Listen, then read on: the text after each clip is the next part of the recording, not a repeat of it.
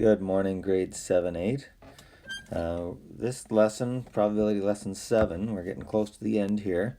We're going to look at using organized lists. So this is another way, different from tree diagrams, but another way to get all of the possible outcomes for a probability question. So we're going to have a look at an example together. Today we're going to see the return of this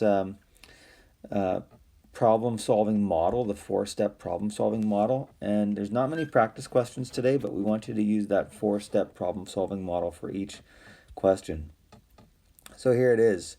I'm going to read the question first. It says, what is the probability of Jesse guessing correctly and winning? So let's read the lines that each person is saying here. So Jeffrey, I have exactly 5 coins in my hand, worth a total of 50 cents. There are no pennies. If you guess what the coins are, I'll give them to you. If you guess wrong, you give me 50 cents.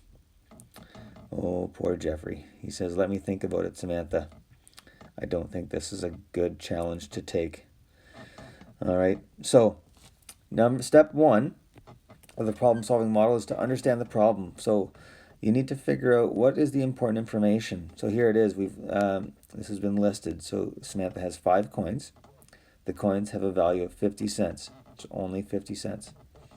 They can be any combinations of nickels, dimes, and quarters. There are no pennies.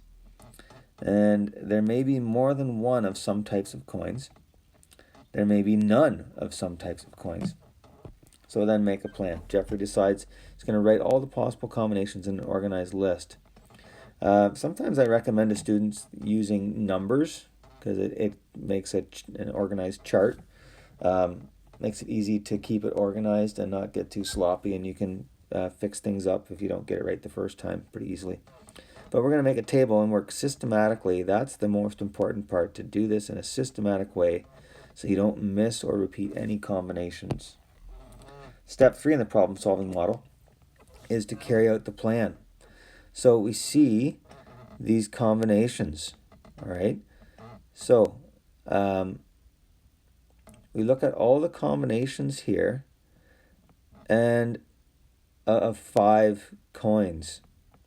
All right, so we notice that they start with 5 quarters. So all 5 coins are quarters. And then they go down to 4 quarters, and they figure out all the combinations that could have only 4 quarters, and then down to 3, and then down to 2, and then to 1, and then to 0.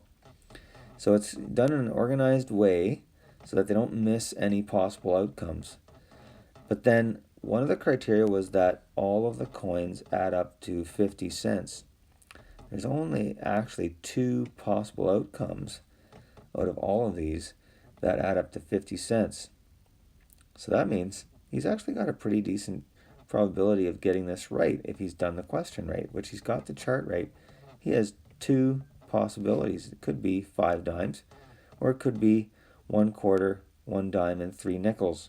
So he's got a 50-50 chance of winning here. So Jeffrey looks back then. The 4th step in the problem-solving model is to always look back and make sure that he's got all the possible combinations, make sure that his answer is reasonable. So he's looked back and he's made sure that he's done this in an organized, systematic way, which he has. And he's confident now that there's only 2 possible outcomes. All right, so we don't know if Jeffrey wins the challenge or not, but let's have a look at reviewing the steps in the problem-solving model. We want you to use these 4 steps in both of the questions that you do today. The first step is to understand the problem.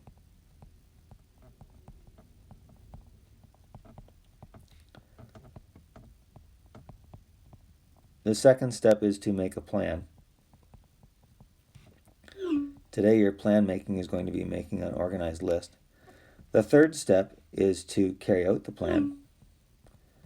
Again, I would recommend using numbers if your charts often end up looking pretty sloppy. It'll help keep it neat and organized.